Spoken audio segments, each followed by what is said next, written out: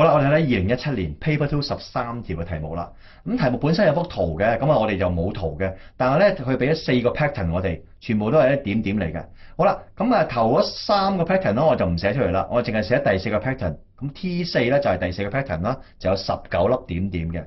另外咧，佢又俾咗第 Tn 加1個 pattern 咧，係等於第 n 個 pattern 再加多 2n 加2咁多點俾佢嘅。咁我哋寫翻出嚟咧就係咁樣啦。好啦，而家題目叫我哋揾乜咧？就係叫你揾 T7，即係第7個 pattern 有幾多粒點點喎。好啦，我見到呢啲數咧，同學大家留意啦。我哋有個秘技咧，今日介紹俾大家，就係叫做節節相消啦。嗱，咩意思咧？嗱，首先我哋移一移項俾大家睇下先啦。嗱，呢度有個 Tn 嘅，我將呢個 Tn 咧調去隔離先。好啦，咁我哋睇睇啦。Tn 加1咧就減翻個 Tn 咧，就係 2n 加2嘅。好啦，而家咧我哋就想揾 T7 喎，係咪？咁即係如果我要揾 T7 嘅咧，我哋諗下啦，個 n 代咩好咧？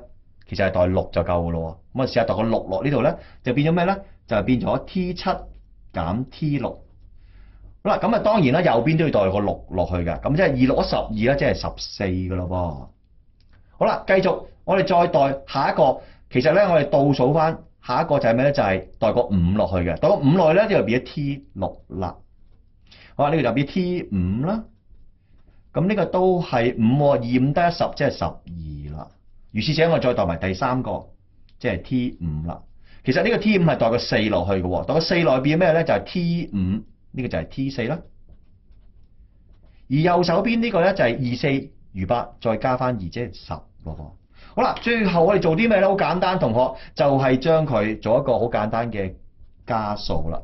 嗱，發覺原來節節相消係咩意思咧？就係將呢兩個一加一減 cancel 咗，再用呢兩個 cancel 埋，得翻咩咧？得翻就係一頭一尾嘅咯喎。嗱，咁我寫翻低啦 ，T7 咧就減 T4咧。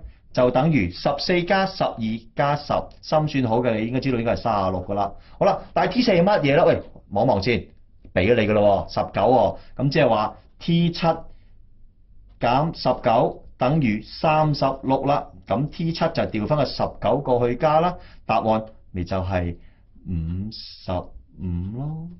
答案就係 B 啦。